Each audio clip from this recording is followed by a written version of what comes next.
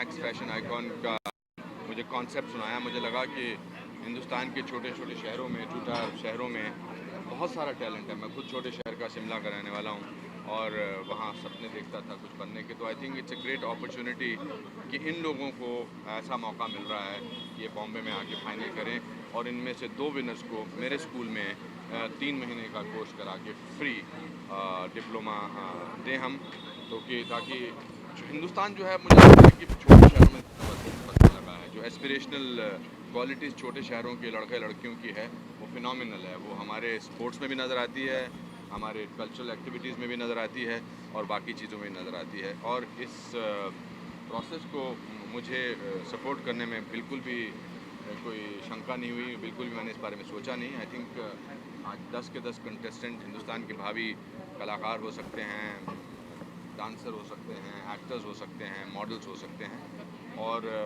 Industry ने मुझे पिछले 32 सालों में इतना कुछ दिया है, इतना प्यार, इतनी मोहब्बत, इतना काम दिया है कि मैंने अपना एक्टिंग स्कूल खोलकर एक्टर प्रिपेयर्स पिछले 12 साल से मैं इंडस्ट्री में बहुत सारे नए एक्टर्स आ रहे हैं और ये उसका एक प्रयास है।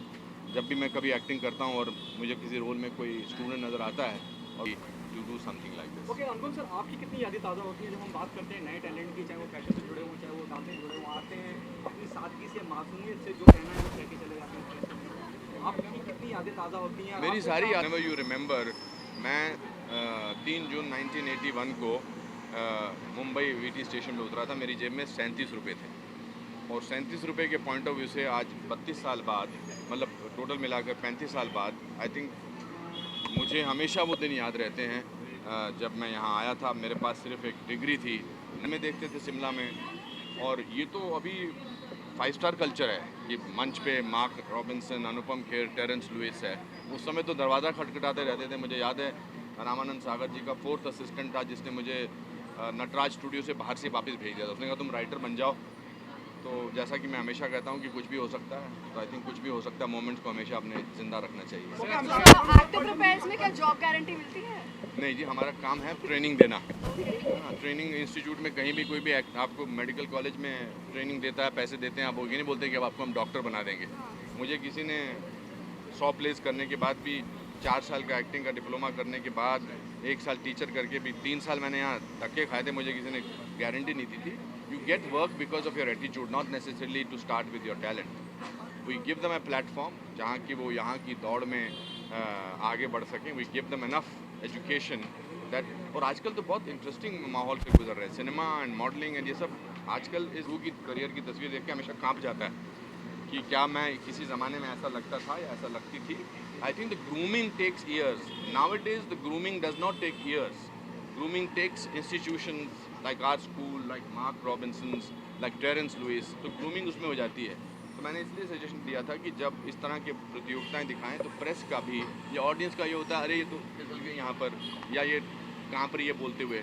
अगर हम सारे एक्टर्स के शुरू के, शाहरुख, आमिर, अक्षय या एक्ट्रेसेस की शुरू की तस्वीरें देखें, माधुरी की, श्रीदेवी की, तो हमें लगता है कि ये एक ज़माने में न्यू कमर रह चुके हैं। या मेरी तस्वीर बस सेम रहती है। मेरी तस्वीर नहीं बदली है पिछले 32 सालों में। बट इट्स वेरी इंपॉर्टेंट आज के दौर में। टुडे का film release Buddha in a traffic jam, I think that's very important. It's a very very important film of our times. हमने ये फिल्म 3 साल पहले बनाई थी और 3 साल बाद जो देश में हो रहा है उस पर एक बड़ी कॉन्टेम्प्रेरी फिल्म है। इसके बाद मेरी फिल्म धोनी आ रही है, जो नीरज पांडे ने बायोपिक बनाई है MS धोनी। वो 30-40 साल तक चलते हैं। जो स्टार बनने आते हैं वो भी चल सकते हैं बहुत सालों तक। But necessarily I think today हम इस दौरान, सिनेमा इस दौर से गुजर रहा है कि आप अगर किसी तरह भी दिखते हैं, अगर आपको एक्टिंग आती है तो आपकी जो जीवन, जो आपका जो आयु है फिल्मों में, वो ज़्यादा देर तक रह सकती है। आई think that's fantastic opportunity Indian cinema is going through. I always call this period a golden era of Indian cinema. Sir, जैसे अब मैक्स ने जिस तरह का इनिशिएटिव लिया है उससे आने वाले जो एक्टर्स हैं उन्हें भी कहीं ना कहीं इंस्पिरेशन मिलेगी, क्या कहते हैं? मुझे लगता है कि मैक्स फैशन जो ब्रांड है, उन्होंने भी काफ़ी एजुकेशन इंस्टीट्यूशन में, मेरा सिर्फ ये कहने का मतलब है कि without education today even in cinema you can not be confident, you will be shaky. Education is very important. जैसे बिना ट्रेनिंग के मेडिकल कॉलेज की ट्रेनिंग के आप डॉक्टर नहीं बन सकते। एक्टर का लगता है कि बन सकते हैं, मगर अब वो दौर का जा चुका है। जितने भी अभी एक्टर्स हैं आप महसूस करेंगे कि या तो वो एक्सपीरियंस से सीखे हैं या किसी ना किसी इंस्टीट्यूट से सीखे हैं। Okay, thank you so much.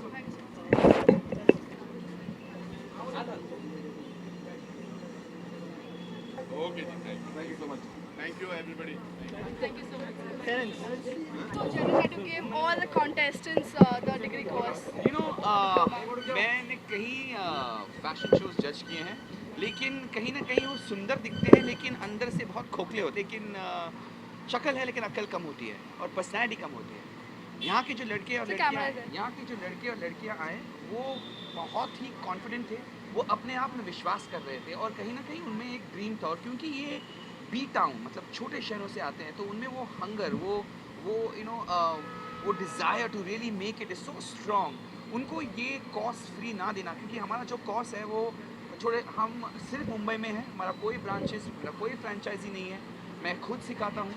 तो इन बच्चों के लिए you know I can not come to their city, मैं खुद वहाँ पे आपको पढ़ा नहीं सकता। लेकिन एंड आई डोंट मेट्रोज को बहुत कुछ मिल रहा है, लेकिन ये बी टाउन सिटीज़ में जो हंगर है जो भूख है वो ज़बरदस्त है और उनको सीखने की चाह है, उमंग है।